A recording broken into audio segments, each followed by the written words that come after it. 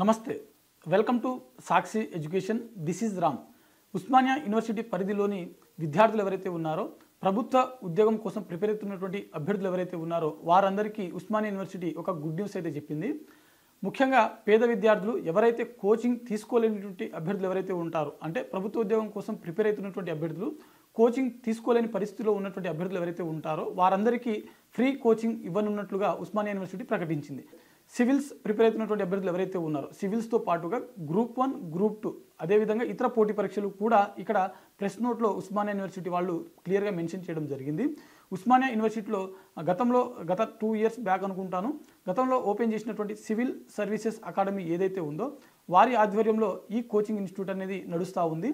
ఈ కోచింగ్లో భాగంగా పేద విద్యార్థులకు మరీ ముఖ్యంగా ఉస్మానియా యూనివర్సిటీ పరిధిలోని కళాశాలల్లో చదువుతున్నటువంటి విద్యార్థులు ఎవరైతే ఉన్నారో వారికి మాత్రమే అందించనున్నట్లు ఉస్మానియా యూనివర్సిటీ ప్రకటించింది.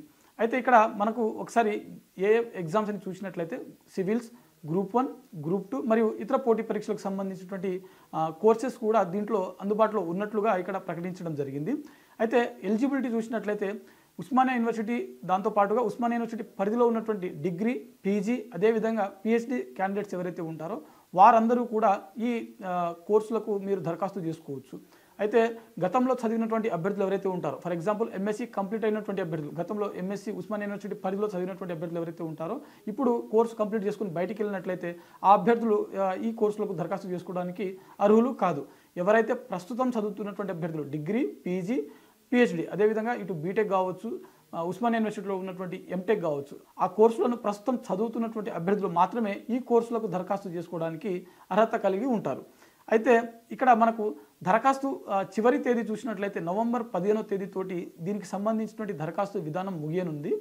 మరీ ముఖ్యంగా అభ్యర్థులు గమనించవలసినటువంటి విషయం ఏంటంటే ఇక్కడ దరఖాస్తు సంబంధించినటువంటి దరఖాస్తు ఫారం ఏదైతే ఉందో ఇది మనకు ఉస్మానియా యూనివర్సిటీ సంబంధించినటువంటి అఫీషియల్ వెబ్సైట్ ఏదైతే ఉందో www అంటే www.usmania.ac.in అనే వెబ్సైట్లో మనకు దీనికి సంబంధించినటువంటి దరఖాస్తు ఫారం అందుబాటులో ఉంది. అదేవిధంగా మనకు ఉస్మానియా యూనివర్సిటీలో సివిల్స్ అకాడమీ ఏదైతే ఉందో మనకు ఉస్మానియా యూనివర్సిటీలో ఓపెన్ చేసినటువంటి సివిల్ సర్వీసెస్ అకాడమీ ఏదైతే ఉందో ఆ అకాడమీలో కూడా మీకు దీనికి సంబంధించిన దరఖాస్తు ఫారం అందుబాటులో ఉంటుంది. అయితే సివిల్ సర్వీసెస్ సంబంధించినటువంటి కోచింగ్ ఏదైతే ఉందో ఇప్పటికే మొదటి విడత సంబంధించినటువంటి అడ్మిషన్స్ కంప్లీట్ అయ్యాయి.